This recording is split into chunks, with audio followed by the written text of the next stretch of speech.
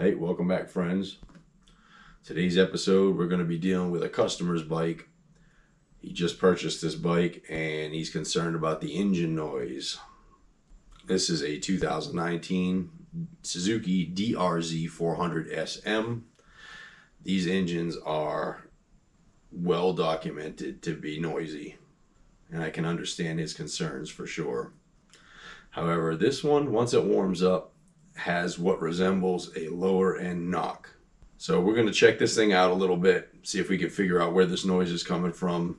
Also, while we're at it, he wants to do the 3x3 mod, and he's got a new exhaust system for it, so we're going to be installing that.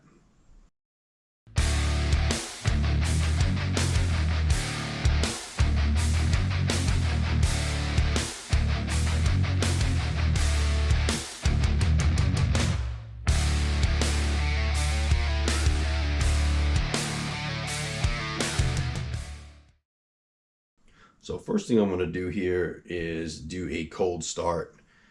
Put a little bit of heat in this engine, and we're going to check the oil and make sure that that's all up to snuff.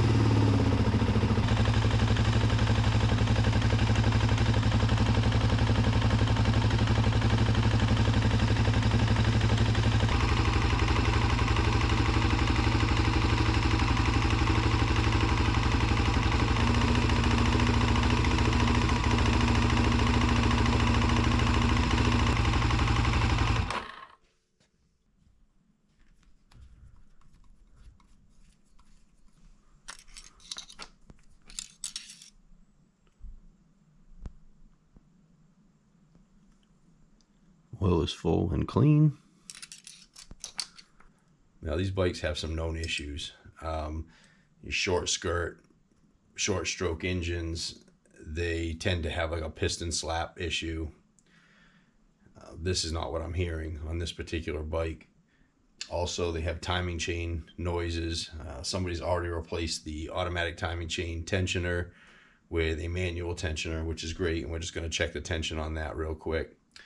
Also, underneath the clutch cover, the primary clutch nut, or excuse me, the primary crankshaft nut has a tendency of loosening up, and that gear will fall off and make a bunch of noise and destroy your engine. The noise definitely sounds like it's coming from the lower end, and I'll give you some tips on how to check this. But before we do that, let's go ahead and get this tensioner adjusted. Now the tensioner has a lock nut and your adjustment. Break the lock nut loose. The tensioner feels pretty tight, so it may be over tightened.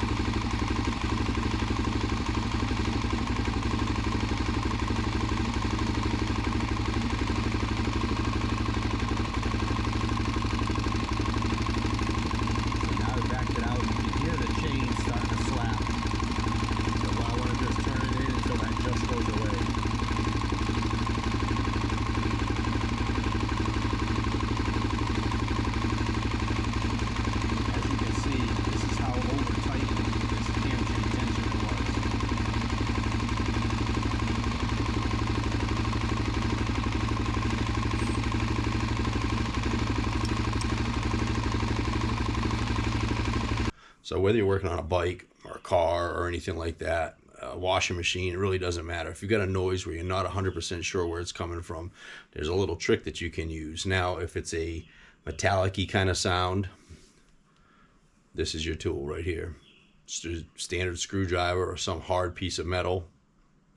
If you're looking for an air leak or an exhaust leak of some sort, what you basically want to use is a hose.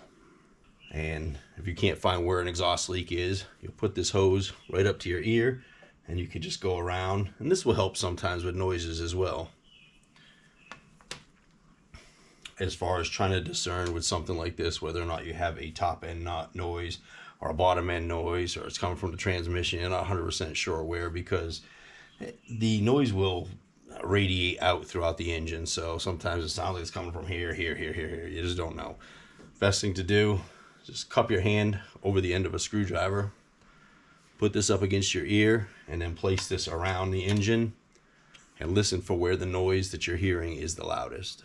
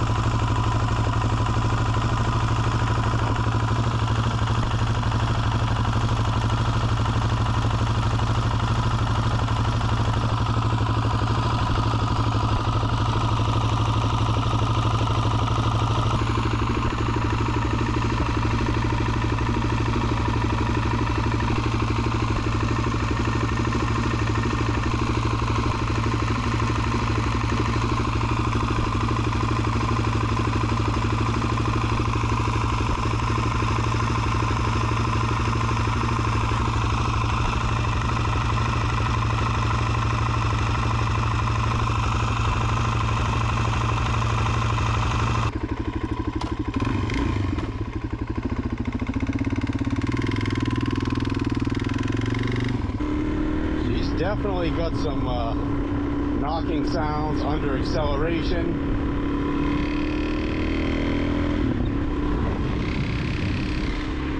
Not sure if you can hear that. It also sounds like it's a little lean. Pops back a little bit.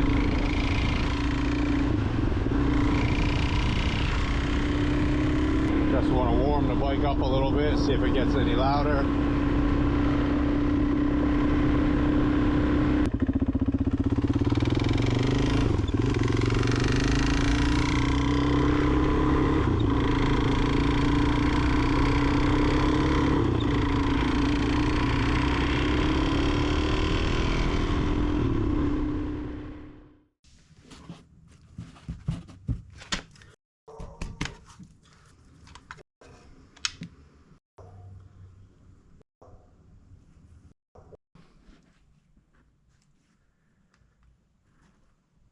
I don't see any metal in the oil.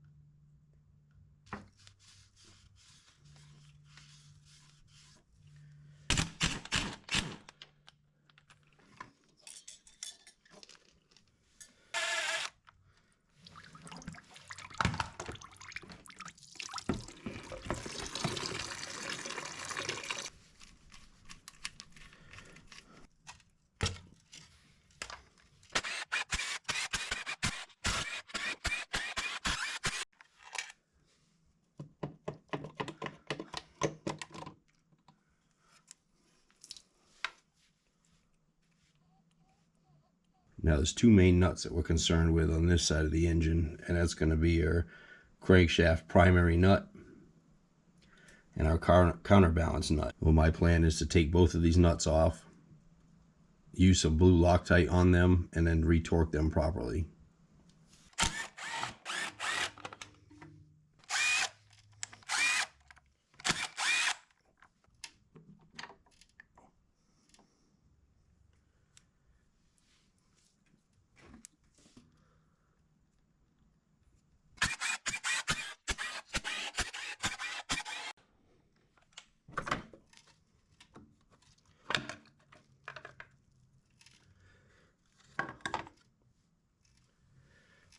also going to check the torque on this nut. But while I'm in here, first thing I want to do is check to see if these crankshaft bearings, main bearings, have any play. And that's pretty simple.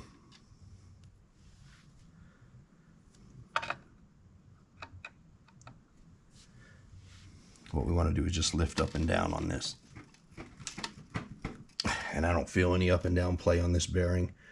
We'll check the other side as well. This one might be a little more difficult to feel any play in it because the tension of the timing chain. But it's solid. We'll take a large screwdriver and just gently lift up and down on this. And I feel no play whatsoever. And we'll also push down on it. Everything feels good with the crank bearings. 1/16" fits, a little bit loose, but it will hold for our purposes. All right, first thing I want to do is take this primary crankshaft nut off. One thing to keep in mind is extremely important is this is a left-hand thread. In other words, instead of righty-tighty, lefty-loosey, is backwards. To loosen this, we are going to essentially tighten it. In other words, we want to go clockwise.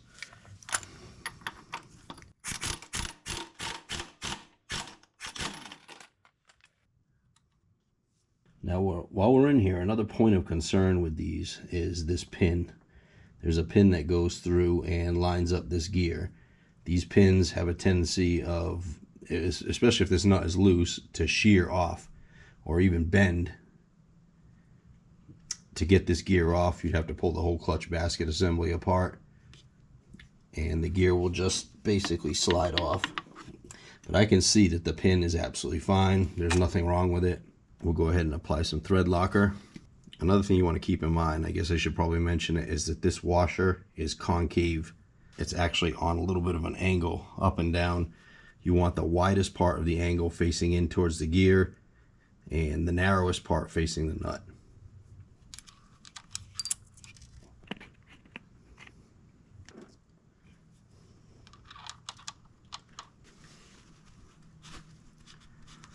Clean off all the excess Loctite, and now we are going to torque this to, well, the book says 79.5 foot-pounds. I got no way to measure 0.5 foot-pounds, so 80 it is. Now I'll put our wrench on the other side on the flywheel to hold that still while we crank this down. Next, we're going to do the counterbalance shaft nut. And that is a regular thread.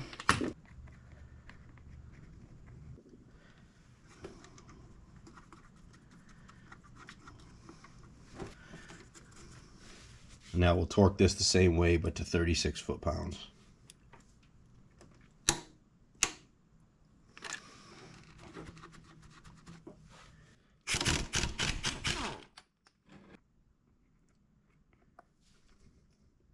Note to self, the Loctite in this needs to go on the inside where the threads are, not everywhere. And how I'm going to do this is I'm going to hold the primary crankshaft nut on the other side.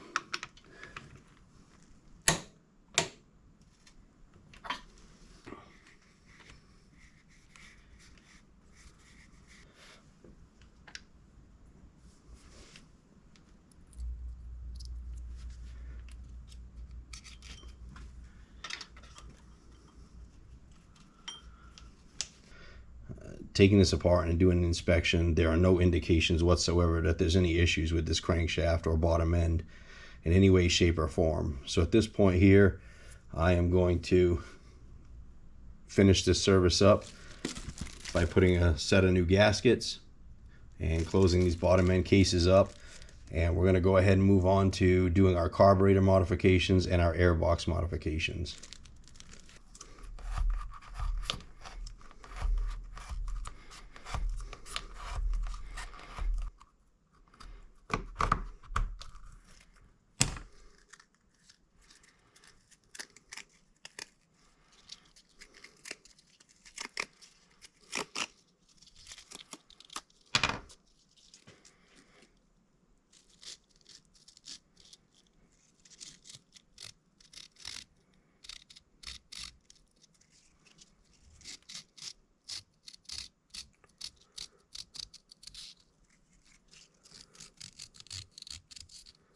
Very normal, no metallic shavings or powder in the filter whatsoever.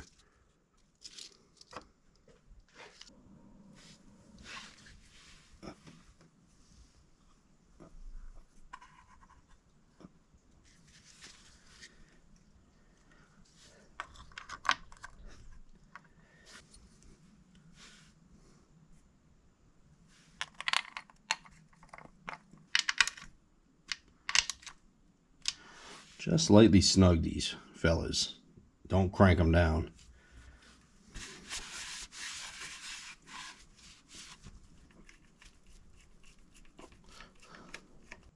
Here's one more thing you want to check every couple of oil changes, and there is a filter or a screen inside of the frame, and we want to pull this out and check it. So first thing I want to do is take this skid plate off.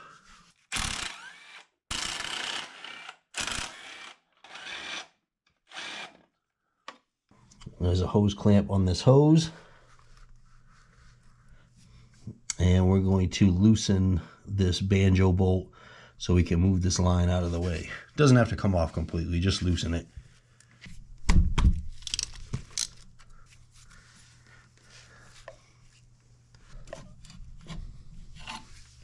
What you're looking at is this large hex. It's a 24 millimeter, 15/16 if all you got is standard.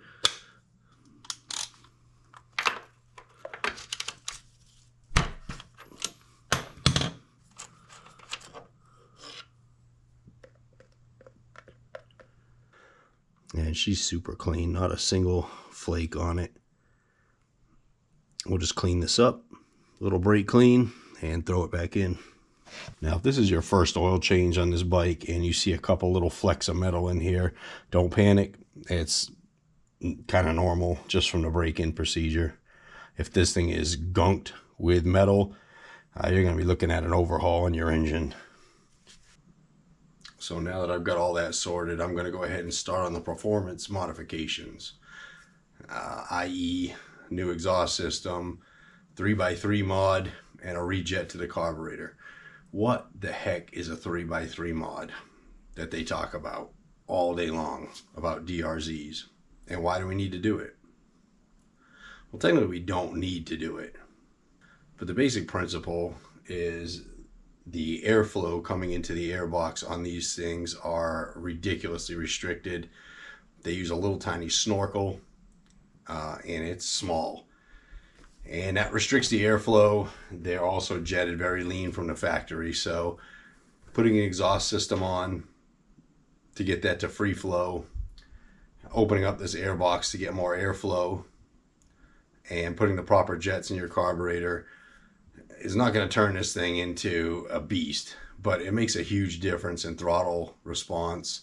And the general consensus is that it's worth it.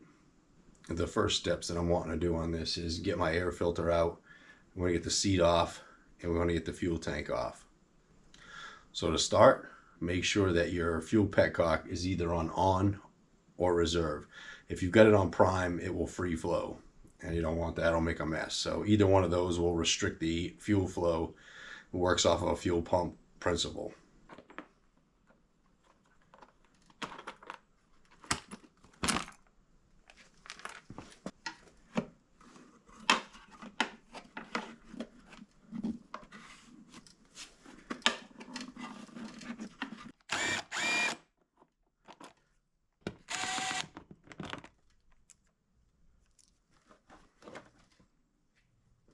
Well, here's our main culprit with the DR-Z. This is your air intake right here. This is all the air that this will allow through, and it's just not enough. So we're going to get the snorkel out and basically cut a 3" by 3" hole, 3x3 mod.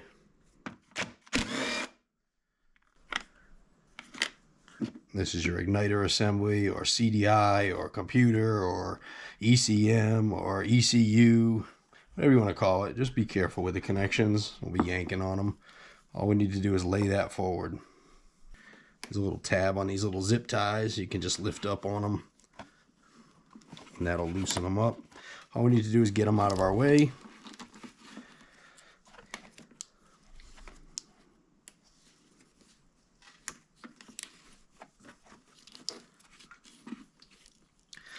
So this can be tricky to get out.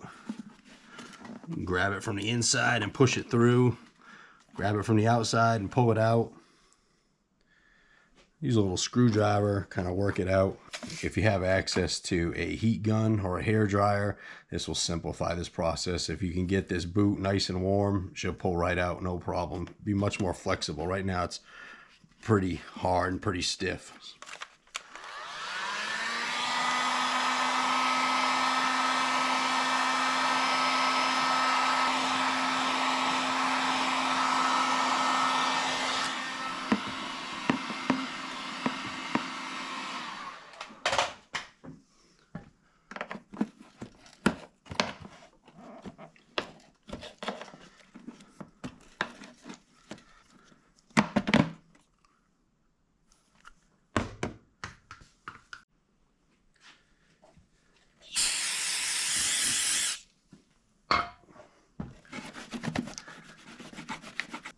Now with this mod, you can be as neat or as hacky as you want, because honestly, it's not really even visible. So you just do you on this one. We just want to open this up. How I'm going to do this, I got a piece of paper I cut 3x3. I just sort of lay it out, make it look nice.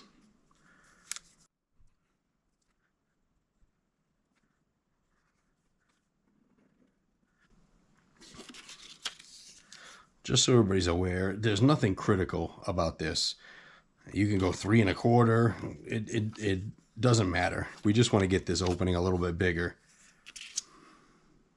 And since we're going to be cutting this box, some plastic shavings are going to want to fall down in here. We want to cover our main intake screen with rags or tape or something to keep any of that from going in. We're going to have to blow this box out real good with compressed air afterwards. Now to cut this, you can use whatever works for you. If you get a jigsaw in here, it's kind of tight. You can drill holes in all 4 corners and use a hacksaw blade, whatever works. A lot of times what they'll do is heat up a razor knife and use that to cut. But let's see how she cuts without heating it. Yeah, that's gonna be difficulty. Can use a cutoff wheel, which is probably the route I'm going to go.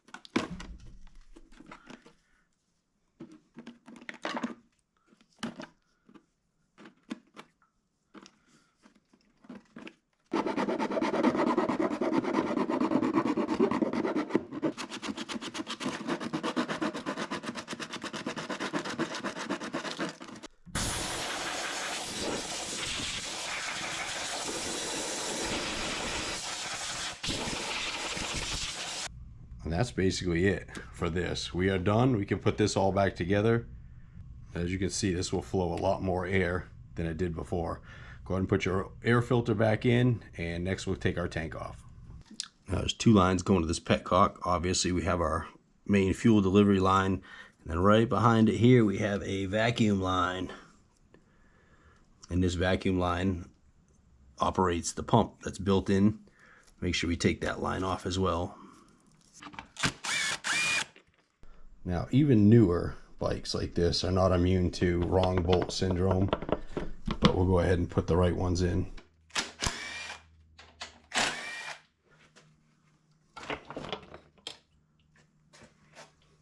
Now, as with anything, there's an easy way and a hard way to do this. I prefer using the easy way, at least at first, to try it. So the hard way would be to disassemble, remove the carburetor completely from the frame, bring it over to the bench, and doing our upgrades to it there. However, it is doable in the frame. And the reason I want to go with this is because jetting is not an exact science. There's so many factors that go into what jetting works for your bike, depending on your location, temperature, atmospheric pressure, all of that. Sometimes jetting is a little bit of trial and error. So now the JD jetting kit that you buy for these is very detailed with their instructions and makes it very easy to do the install. So what we need access to on this carburetor is we need to be able to get this top cover off, because our main needle is in here. And the needle is going to control your throttle from 8 throttle to 3/4 throttle. Also, we need to be able to get the bowl off, because in there is our main and pilot jets. And the pilot jet is going to be from idle to about 1/8 throttle, and your main jet is going to take over from 3/4 throttle up for the most part. So these are the 3 things we're going to be changing. Let's get some of these hoses out of our way. Also, there's a ton of wires over here that are zip tied to the frame. All we need to do is lift a little tab and we can loosen them up, so we'll be able to pull this stuff out of our way a little bit. Now what we're going to end up doing is rotating this carburetor in its boots, so we need to loosen both the intake boot and the air cleaner snorkel boot. And also there is a zip tie that holds the throttle cables. We want to get that loosened up as well.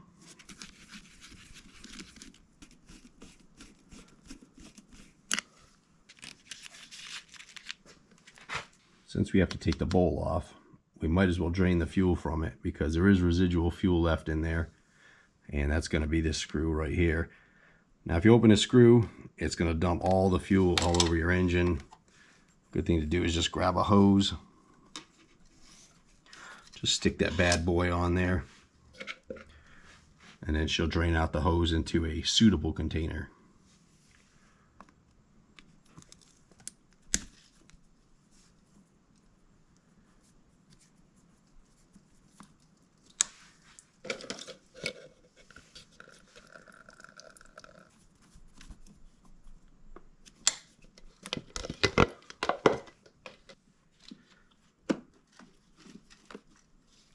You don't need to go far with this, just to be able to get to these Phillips head screws.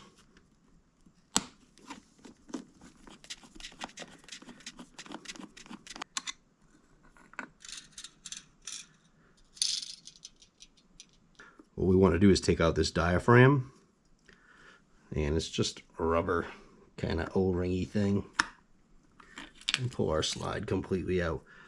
One thing to take note of, there's a small O-ring in here.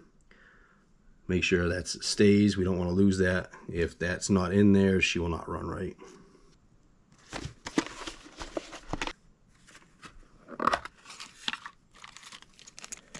So in this particular section, we're going to be replacing our needle.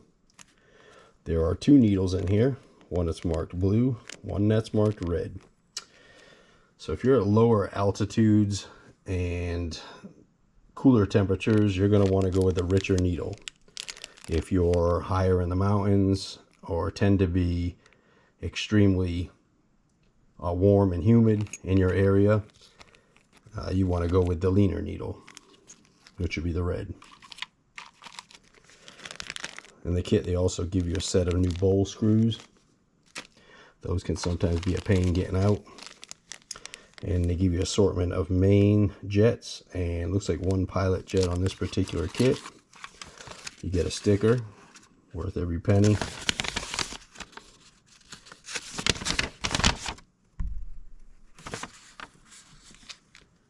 And then they give you a comprehensive install guide, which is super nice. It gives you all your information as to what you want to do to start off as a base point on your carburetor for your particular situation and location.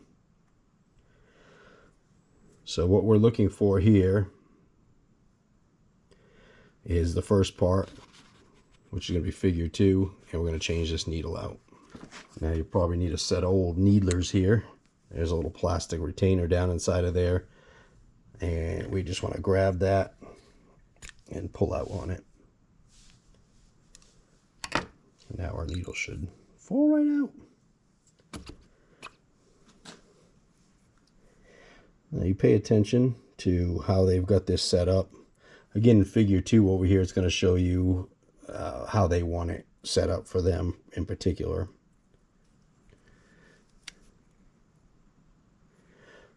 Now here's your thick washer. Then you have a plastic spacer.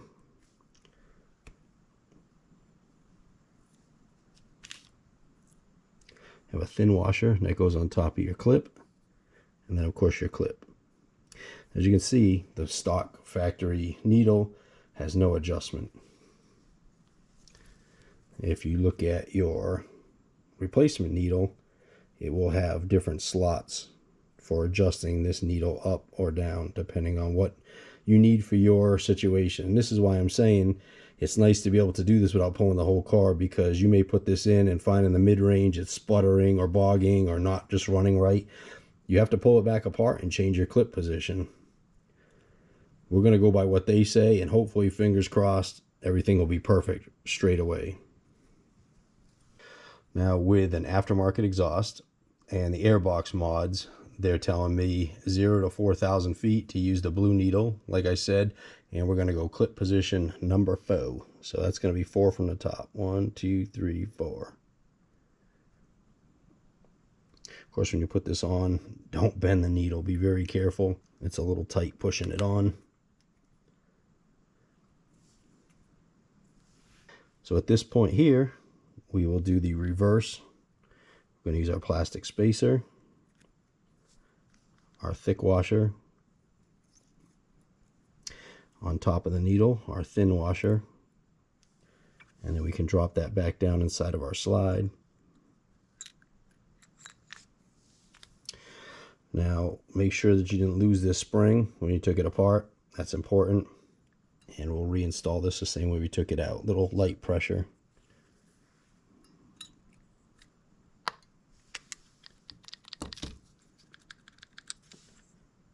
And that's it. We'll go throw this slide back in and then get on the bottom end. So we don't want to force this. The needle has to go down through where the main jet passage is. So you might have to just wiggle it back and forth till she drops in. Re-stick your O-ring down in this little slot. Now say you're working on an older bike and this diaphragm will not fit in there. It's expanded. You'll have to replace the diaphragm. Again, keep in mind, make sure that O-ring is in there. It's very important. Put your spring back in. If there's any gunk or anything up inside of here from people not changing their air filter, I'll go ahead and clean this out real well before you put it back together.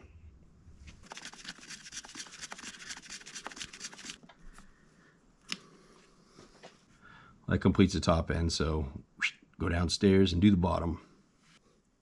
Now before we can rotate this carburetor down, more than likely this airbox here is going to get in your way a little bit. So just take the screw out so you have a little bit of play, movement.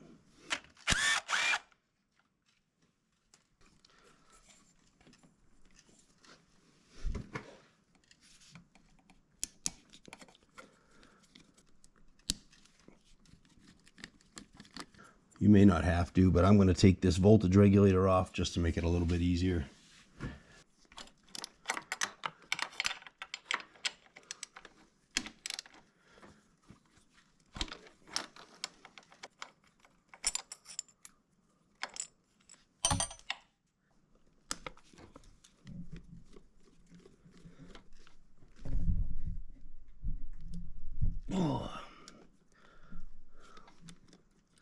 Like I said, we try the easy first.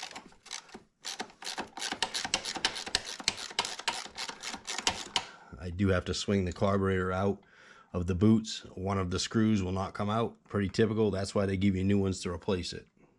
What we're trying to do here is we're going to swing up the subframe just a little bit to give us some clearance for our carburetor to come out. We have to take the exhaust off anyhow, so let's go ahead and do that now.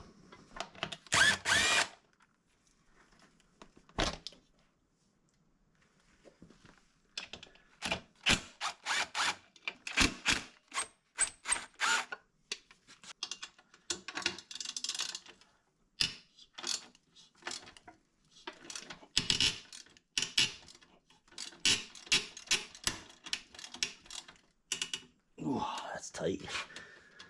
Hopefully it's loose enough.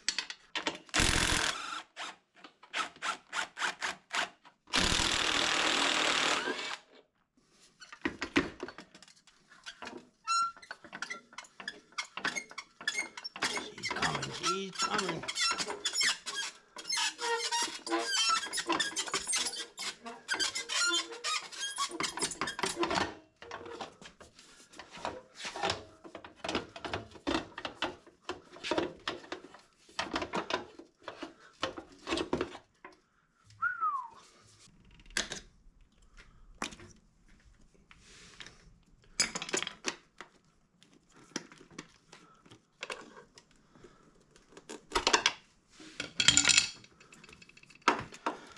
Now this is going to be a one-time thing. Unfortunately, we had to take it out because we've got one screw that's stripping. It's just not wanting to come out. This should be a lot easier on the second time if we have to take it back apart again. So we're going to put new screws in it. So if you can get a hold of it with a pair of pliers or a vice grip, that's your best bet. If not, you'd have to drill it.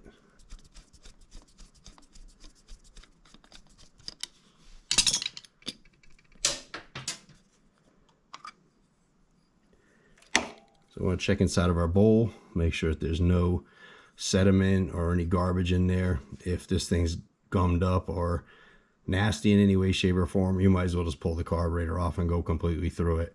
But this one's nice and clean. We'll just proceed.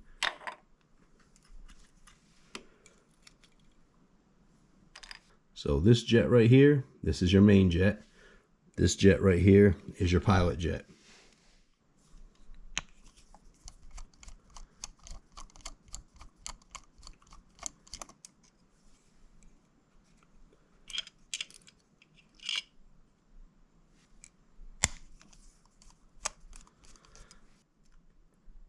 So we're really only wanting the main jet to come out.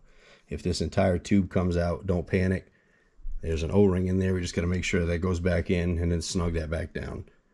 So now we're going to go back over to our paperwork that they sent to us, see what they are requiring or suggesting for a main and a pilot jet. I believe the pilot jet's 25 across the board, and that's what they give you is one pilot jet is a 25. But there's a couple of mains from like 145 to 165, I believe, something like that. And again, we're going to go by our local weather and altitude to determine which jet to put in. All right, so the jets we pulled out that were in here stock. Pilot jet was 22.5. We're going up to a 25, riching it up a little bit. The main jet that was in here was a 140. And according to the chart for me, they're wanting me to put a 170 in. So that's an enormous difference in size in the main jet. So I'm not sure if this is going to be too rich. Again, this is why it's kind of trial and error. But they've done a lot of research on this stuff, and they kind of know, you know, what you should and shouldn't use. This is with the airbox mod and a complete full exhaust, which is what we're doing. 170, that's under 4,000 feet.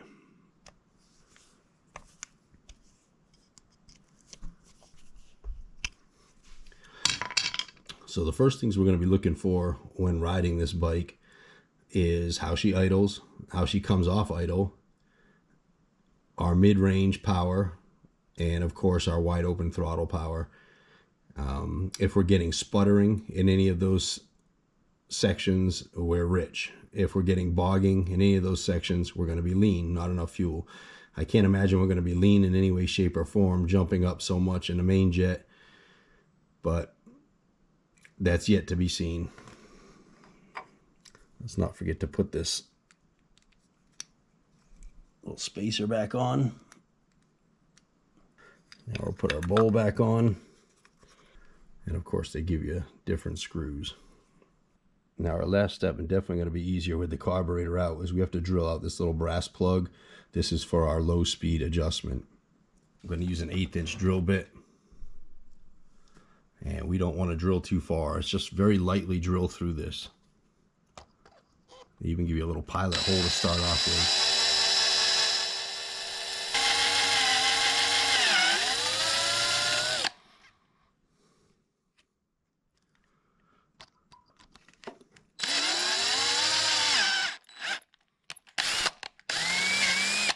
So you'll feel it. Boom, pop through. Now we'll do is thread a coarse threaded screw into here and use some pliers when you pull it out.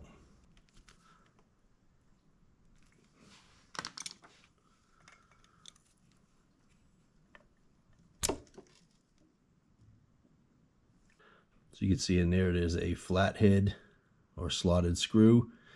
This is for your low speed mixture adjustment. What we want to do is very, very lightly turn this in until it bottoms and then back it out 2.5 turns. This is something that may need adjustment once we get the bike warmed up.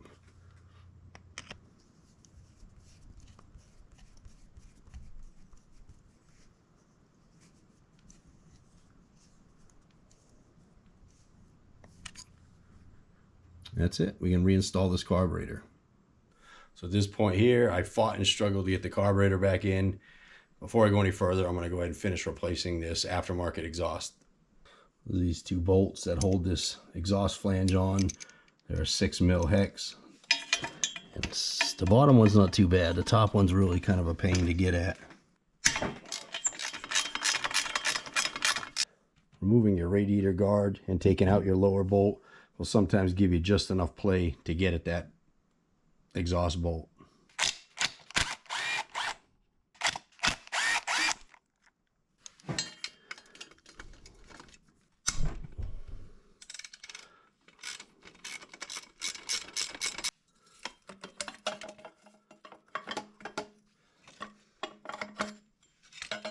If your kit came with a new exhaust gasket, go ahead and install it. If not, make sure that the one that's in there is in good shape and it's still in there. Once you get your exhaust in there, just keep it loose so you have room to move until we can get the rest of it installed and lined up.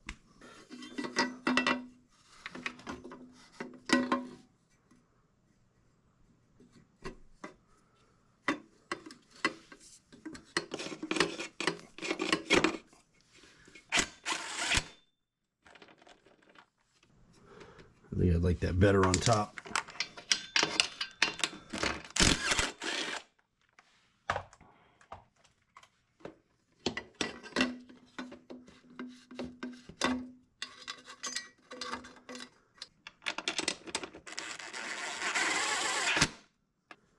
I'm going to go tighten up my manifold bolts and then we can snug this up. Although I don't know if I like it on top. Darn it.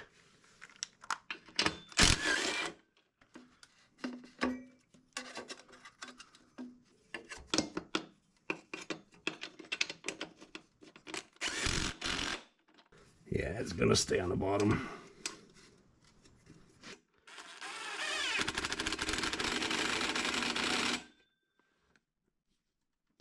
Well, the one you reuse the old shield. However, the exhaust does not fit all the way together, and they're too far apart.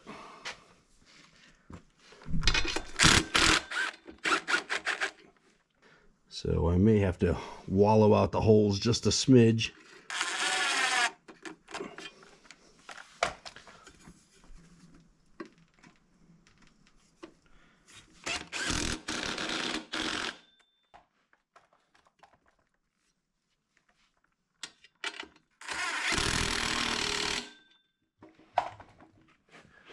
Let's see if this will line up now.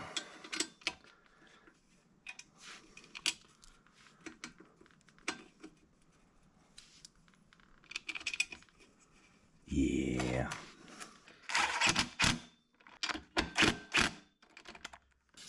So we get the old Akrapovic, how y'all say this? I have no idea. But that's what he got.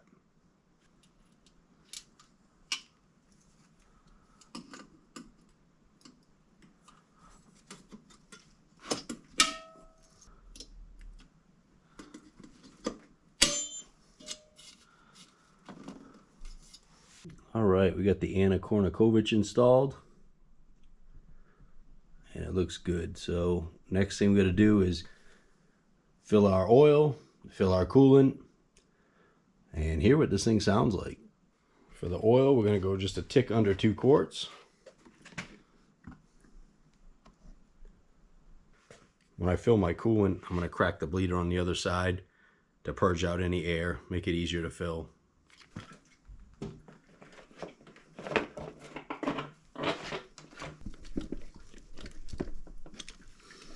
Don't forget to hook up your pulse line.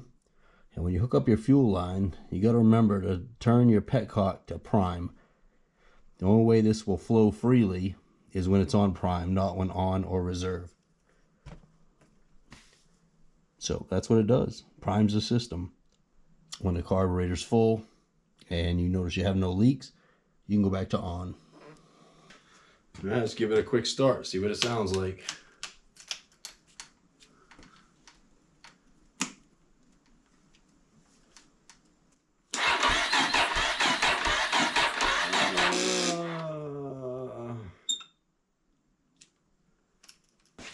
Let's try that again.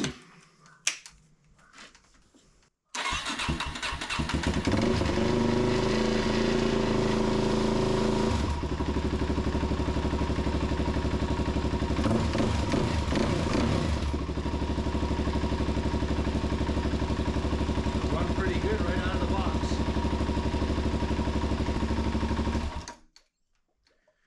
All right, so before I go any further, I'm going to double check the oil level and double check the coolant level, snug everything back up, get it out on the road, and see if we need to do any adjustments.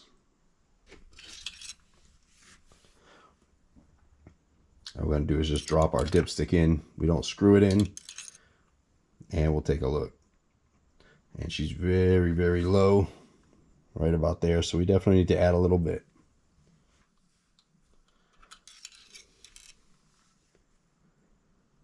She's full. Well, other than the fact that that annoying noise is still there, my initial impressions with this 3x3 mod on this particular bike is amazing. That's a huge, huge difference, honestly, from the first time I rode it. It pulls way harder.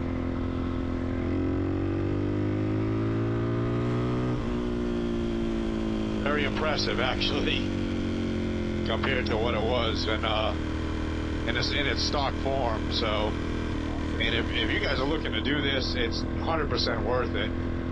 What an enormous difference! I didn't think it was going to be that much, but definitely made a lot more power throughout the RPM range. Of course, we got a full exhaust on this as well, so it gets a little pricey. One benefit here is JD knows their stuff. I mean, this jetting is dead on. There's no issues with the idle, there's no issues in cruise, and there's no issues when you drop the hammer. It just pulls.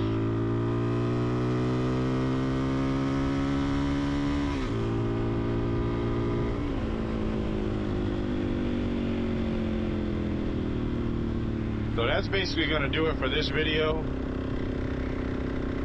We're going to chalk this thing up to just having a noisy engine, which is, like I said, not uncommon. As always, I appreciate you guys watching. If it's not too much trouble, throw me a thumbs up, leave a comment, and subscribe. Doesn't cost you anything. So we'll see you on the next one. Thanks again.